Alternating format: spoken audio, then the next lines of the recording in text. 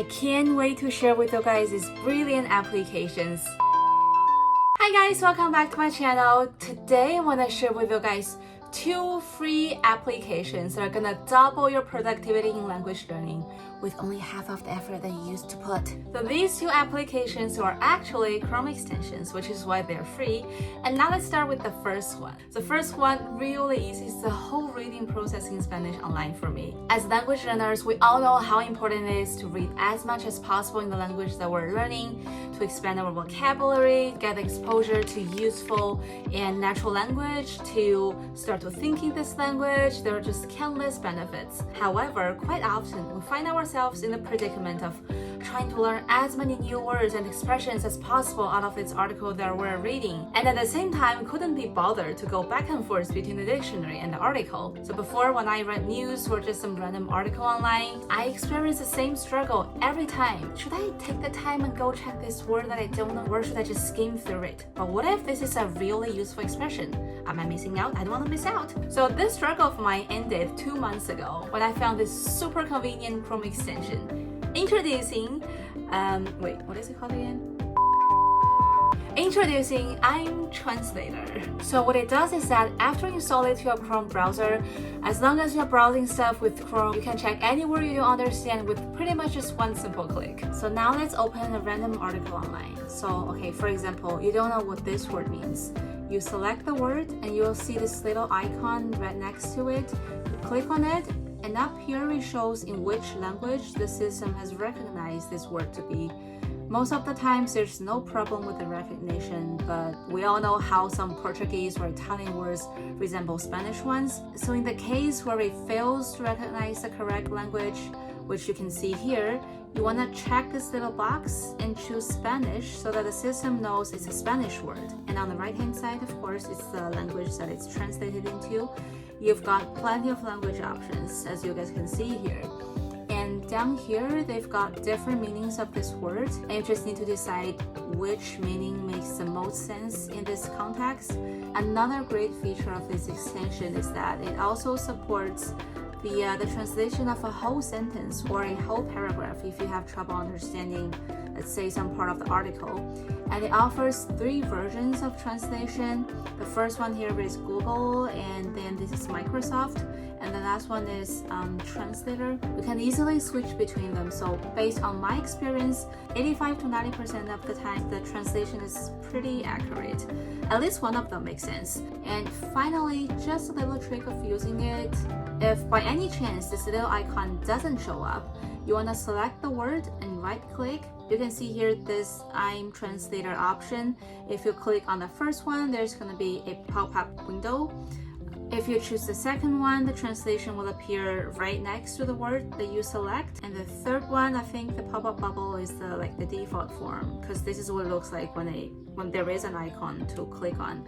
And finally, to clear the translation if there is any appeared in the next. Okay, so this is pretty much about the first extension, and my honest feeling is that ever since I started using it, I've become a lot more productive in terms of reading in Spanish online, and more importantly, I have more desire to read online because it just saves a lot of time and trouble. I don't want to switch between dictionary or the article that I'm reading. Even copy paste the word to the dictionary, to me it's like an extra step that I don't want to take. Okay, moving on to the second extension. While the first extension makes reading online a lot easier, the second one allows us to really enjoy the Netflix shows. I bet you guys all know the benefit of watching TV shows in terms of language learning, but inevitably we have the same vocabulary problem. So when I watch Netflix shows in Spanish, since I can only choose one subtitle, of course I go with the Spanish one.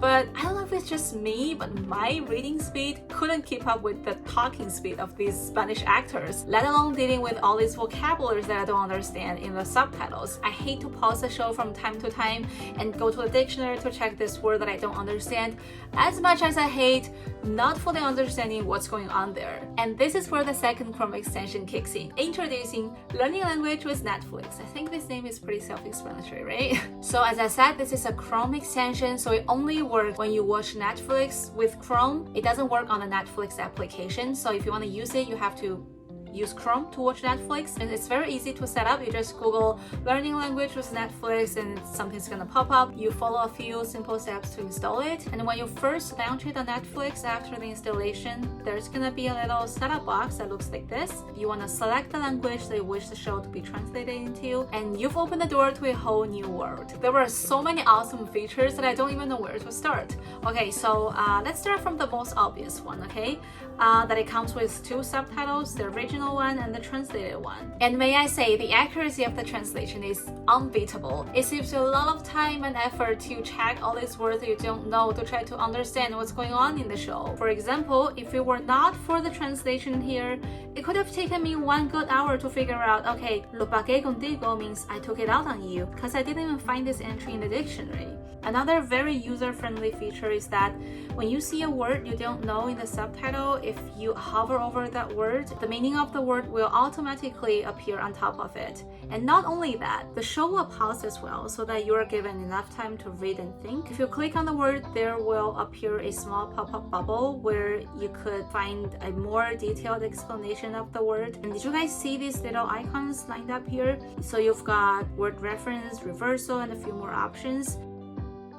Click on any one of them, there's gonna be a small pop-up window with full definition of this word. And this is hands down my favorite feature of this extension. Another great feature that I want to introduce to you guys is here on the right hand side. If you click here, a sidebar will appear. So basically it shows you all the subtitles of this episode, and you can read through them without watching the show if, let's say, you really want to study the subtitles after you're watching this episode. Similarly, if you hover over any word, the meaning of the word and the translation of the whole sentence will also come out. And up here on the right, you even have the option to export the subtitles to Excel sheets. And as you guys can see, the downloaded subtitle file also comes in 2 languages. And the little setting button is also here if you want to make changes. So here you can adjust the playback speed if you think they talk too fast for you to process the information. I normally just watch it in normal speed. Just want to show you guys there's option here. I mean, there's a lot more that you guys can explore here. In this video, I'm just gonna point out some key features that I really like. And the last little feature that I think you guys might find useful is this automatic pause button. So if you toggle it on, the video will automatically pause at the end of every subtitle. It's gonna come in handy if you want to repeat after the lines, like when you are doing shadowing. Francisco, esta no va a ser la excepción. Yo no te he dicho que te regalaría el dinero, sería un préstamo. Podrías devolvérmelo con tu trabajo. And this bottom panel, I don't find it that useful for me. Basically, if you turn it on, the subtitles will appear down here instead of like blocking the show. I prefer more territory for the show. Okay, so this is pretty much about the second extension, and the good news is that recently its twin sister just came out. It's called Learning Language with YouTube, which pretty much does the same thing, also a Chrome extension, so I'm not gonna nag about it here. If you guys want to explore, you can download that one as well. Okay, so that's a wrap for today's video, and I truly, genuinely, sincerely recommend these 2 applications to you guys. It's 2 Chrome extensions. They are really gonna double your productivity in language learning. Hey, it's 21st century, productivity is the key, and it's gonna make your whole language learning experience a lot more pleasant than before. Trust me. So let me know how you guys like it. I will see you guys in the next one.